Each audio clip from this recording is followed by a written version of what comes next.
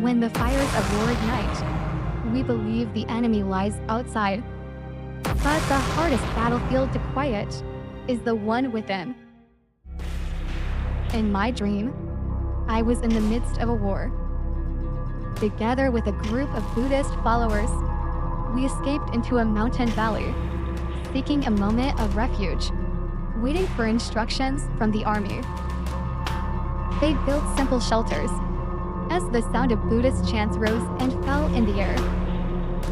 In this valley surrounded by war, for a fleeting moment, it felt like a pure land of peace. The sergeant major and the soldiers gathered around a map urgently, discussing the retreat route. There wasn't much time left. They had to leave the valley before sunrise. They had already helped the abbot evacuate first. Just as the first thin line of dawn cut through the darkness, I was patrolling along the hillside and spotted enemy figures in the distance. Those distant shadows weren't just enemies. They mirrored the fears I hadn't yet faced. I ran to the command tent and warned the troops. They found us. They'll be coming to wipe us out soon. The unit confirmed that time was running out. We had to retreat immediately. They told me to alert everyone to pack light and get ready to move. I returned to my room, changed into lighter gear, and stuffed only the essentials into my bag. I pulled out a red envelope containing several $100 bills. I separated the money into different pockets. If I got caught, at least I wouldn't lose everything at once. Sister Joyce led the chanting loudly, hoping to bring peace to frightened hearts. Their voices rose, weaving order and faith amid the chaos. I whisper urgently, "The enemy will hear us." Sister Joyce smiled gently and said, I just wanted everyone to feel at ease. "Her compassion meets my fear." I whispered, "Then chant in your heart." Sometimes true prayer doesn't need sound, only a quiet heart. The chanting faded into silence as light poured through the window. For a brief moment, the noise of war disappeared, and the heart finally became still. I looked out toward the hillside.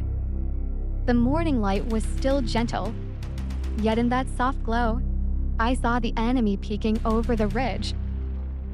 My heart tightened. I quickly yanked the curtains shut so they wouldn't see any movement inside. Through the narrow gap in the curtain, I saw our troops setting up cannons. Sigh, another day of killing, I thought to myself. The distant sounds of war echoed softly, stirring both fear and compassion within me. I told everyone to get ready. We would leave soon. There was unease in the air, yet a strange calm too, as if we all knew this was not just an escape, but a test of spirit. The valley stretched out before me, barren, silent. Dead trees stood like ghosts in the wind.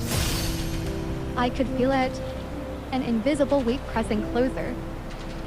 In that moment, I wasn't sure if it was the enemy drawing near, or the fear within me. Their shadows drew closer and closer, like a storm about to break upon us. Time was slipping away. I could almost hear their footsteps closing in. We couldn't stay here any longer. Before leaving, I noticed a few dirty bowls on the table and instinctively took them to wash. People here had offered us shelter. And even in wartime, I didn't want to forget gratitude. It was one small piece of order and humanity I still wanted to protect. Echoes of battle drift through the air. Yet I stop. For a moment, I can't tell if it's fear or awakening. When I stepped into the main hall, the devotees were sitting in meditation. Amid the chaos, there was finally a moment of quiet. Just then, a breeze lifted the edge of the curtain, and a ray of golden light spilled across everyone, as if time itself had paused. I stared at the light and realized it wasn't only shining from outside, it was rising from within. Peace had been here all along. I stepped outside. The sunlight was the same, yet it felt different this time.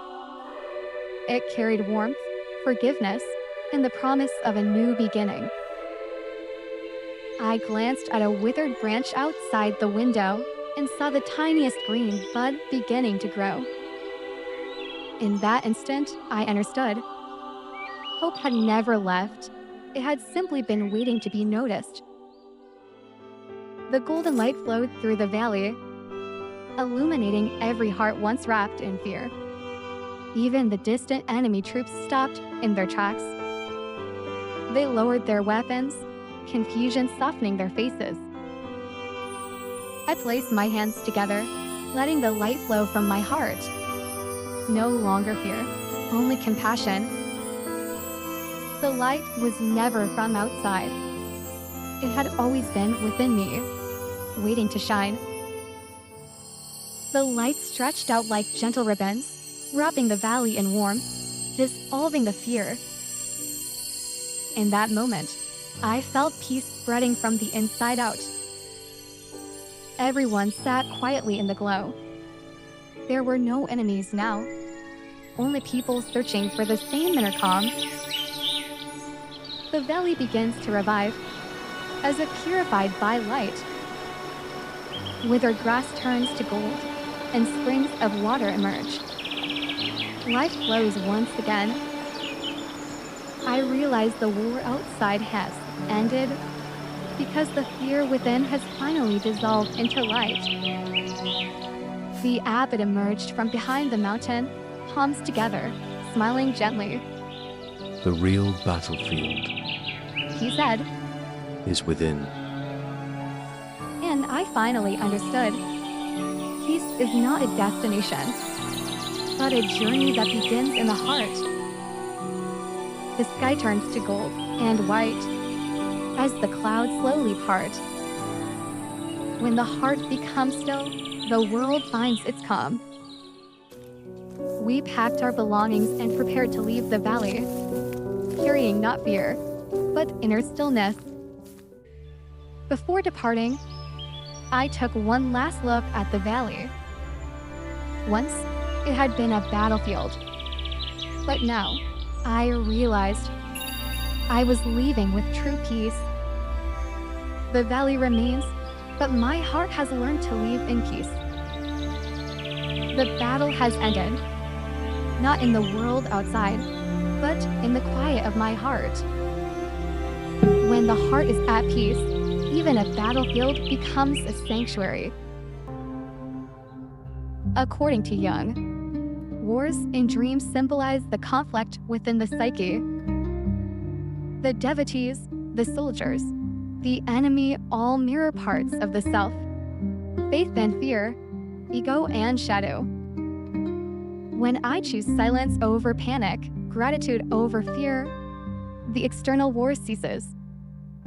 This is the moment of individuation. When inner light awakens, utter darkness loses its power. The war has ended, but true peace has just begun. They were all parts of me: faith, fear, and hope. The battlefield within was meant to teach me peace.